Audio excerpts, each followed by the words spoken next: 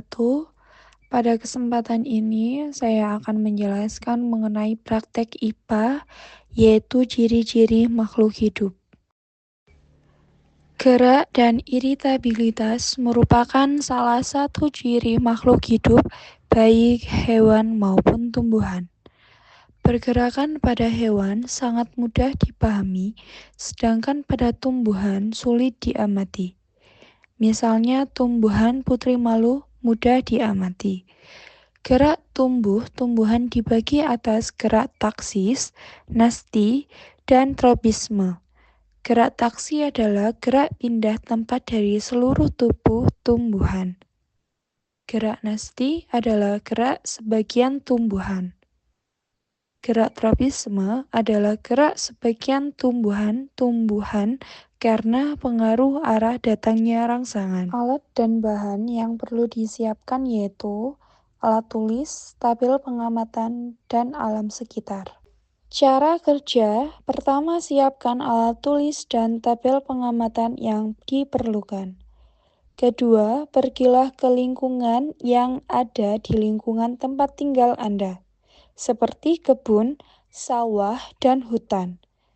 Temukan lebih kurang 10 makhluk hidup, 5 hewan, dan 5 tumbuhan.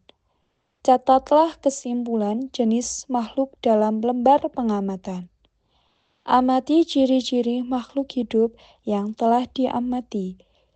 Bubuhkan tanda cek sesuai ciri-ciri yang diamati. Temuan tumbuhan yang pertama, pohon pucuk merah. Kedua, pohon palem. Ketiga, pohon putri malu. Keempat, pohon sukun. Dan yang kelima, pohon pisang. Temuan hewan yang pertama bebek, kedua sapi, dan ketiga burung. Temuan selanjutnya yaitu ketiga kucing, dan yang terakhir ikan. Ciri-ciri makhluk hidup ada 5. Yang pertama bergerak. Setiap makhluk hidup bergerak perlu untuk kelangsungan hidup mereka. Yang kedua, bernafas, merupakan salah satu cara untuk bertahan hidup, untuk menghirup oksigen dan mengeluarkan karbodioksida. Memerlukan nutrisi atau makan.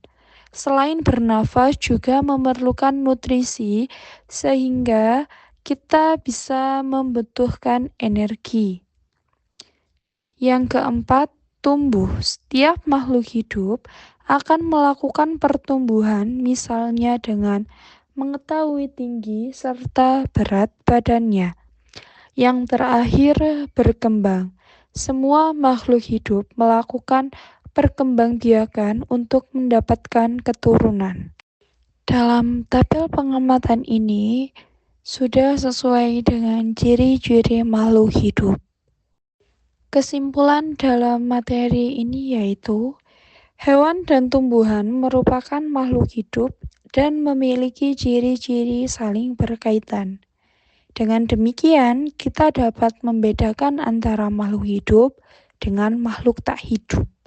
Dengan demikian, ada beberapa populasi yang harus kita pahami mengenai berat badan, ukuran, serta tinggi makhluk hidup.